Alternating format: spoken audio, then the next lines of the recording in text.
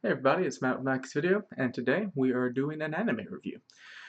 And no, it's been actually a second since I've done anime reviews, and that's because there's a lot going on in the anime community right now. So I was waiting to kind of get a grasp on everything real quick. But today we're doing an anime that everybody knows and loves if you are in the anime community or into anime at all, and it is The Seven Deadly Sins. Now, this is a highly popular anime, made so because it is available on Netflix. It is done by Netflix and it's good. I was actually highly surprised. This was recommended to me by a whole bunch of people. But my buddy Hayden, who lets me use his Netflix, said, "You need to watch this." I was like, well, if you allow me to use your Netflix, might as well take the recommendations you give me. So I started watching it, and today we're reviewing the first half. And you may be asking, why are we doing the first half? Because, in my opinion, this anime shifts tones halfway through. It stays pretty shonen-y and, you know, happy-go-lucky for the most part throughout the entirety of it. I haven't finished the whole thing, but it does seem to take a definite shift in storytelling aspects halfway through. Um, and so that's what we're going to cover today is the first half. And this covers about episodes 1 through, I want to say 9, I think. And yeah, so let's tackle this. If you don't know what Seven Deadly Sins is, it's an anime about a universe where it's a kingdom called Leonis, I think it is, and it's in the country of Britannia, and it in this you have knights called the Holy Knights, and these are knights who have special, unique abilities. Each of them do, and they're extremely powerful. They can take out entire armies by themselves, and the knights are kind of sectioned off into different groups, and each group has their own name. Well, at one point, the group of knights called the Seven Deadly Sins, which consist of 7 knights, as you would expect, get exiled from the kingdom and stripped of their title as Holy Knights because they are believed to be trying to take over the kingdom and overthrow the kingdom, and they're looked at as evil people. So that's where we come in, is about, I think, 15 years after all this. And you meet Meliodas, who is the captain of the Seven Deadly Sins, and he is running a tavern. And then steps in Elizabeth, the third princess of the kingdom of Leonis, or yeah, I want to say that's it. If I'm wrong, forgive me. I'm terrible with names. Um, and she's looking for the Seven Deadly Sins to help her defeat the Holy Knights who have become corrupt and doing their own thing. So, um, through a series of events, her and Meliodas both begin looking for the rest of the Seven Deadly Sins. And they're spread out because the when everything hit the fan, they split and said, we'll meet back together eventually. And well, they never did. So Meliodas like, well, I've been meaning to get everybody back together anyway for some business-related things, so I'll help you find them.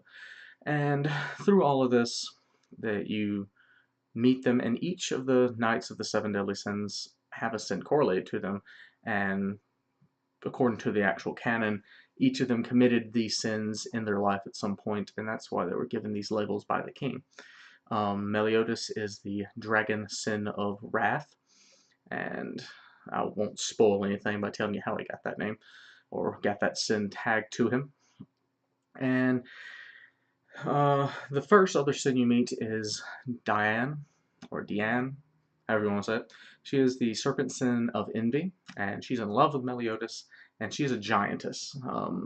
So it's kind of funny because Meliodas is a really short dude, and she's a giant. And she's just head over heels in love with him, and it's adorable. It's cute, and then you meet Bon, who is the fox sin of greed, and then you meet King, the grizzly sin of sloth. These are the ones you meet in the first half of it.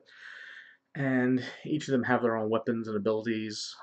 Meliodas has a broken sword, and he can reflect anything that comes at him and give it back to them twofold. It's called Full Counter.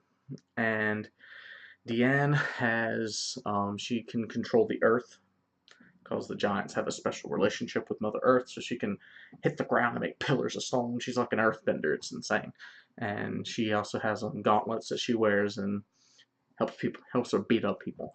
And Bon has the ability called Snatch, which is he can grab things from far away and bring them to him, or he can sap the power and mana from his opponents and use it for himself. King has his spear, and it can just turn into every different thing you can imagine. And yeah, so that's their abilities. And their whole goal is to get everybody together in the first half, and it's a very humorous anime. The animation style is very cutesy, and everybody looks young, and it's just adorable, and it's a lot of funny stuff in it. It's a very comedic anime. There is some fan service, but that's to be expected in anime at this point. So yeah, that's an overview of the first half. And as soon as I get done with the second half, I'll be sure to give you an overview of that one as well. Overall, I love this show. I loved it a lot more than I thought it would. I always figured it was probably overhyped, to be honest, and I was wrong. It's actually extremely good, and it lives up to the hype that it was given to me with. The soundtrack is fantastic. The opening and ending themes are always good. And it follows the anime trend that's going on lately of you have to stay through the entire end credits to catch an extra scene. And if you don't see it, you can be lost in the next episode, and it's just confusing.